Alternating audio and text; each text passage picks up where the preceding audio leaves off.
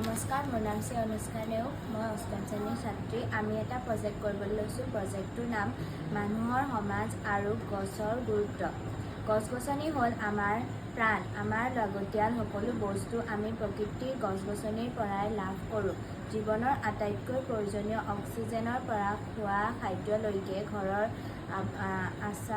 আচাৰ বাবে ইন্ধনলৈকে, আনকি কাপোৰ পৰ্যন্ত উৎপাদনত গছৰ অৱদান আছে। গতিকে আমি গছ-গছনি আমাৰ জীৱনত অৱদান কৰিব নোৱাৰোঁ, অথচ তাৰ বিনিময়ত গছ-গছনিয়ে আমাৰ পৰা কেৱল নিৰ্মল অত্যাচাৰহে লাভ কৰিছে। আমাৰ সমাজত গছ কাটিলে বিক্ৰী কৰিবলৈ হাজাৰজন ব্যক্তি আগবাঢ়ি পৰে, কিন্তু গছ পুলি এটা ৰুবলৈ সততে কোনো আগবাঢ়ি নাহে। হয়, কেৱল পৰিৱেশ দিৱসৰ দিনাহে গছ ৰোপণ কৰিব লাগে, তেনে নহয়।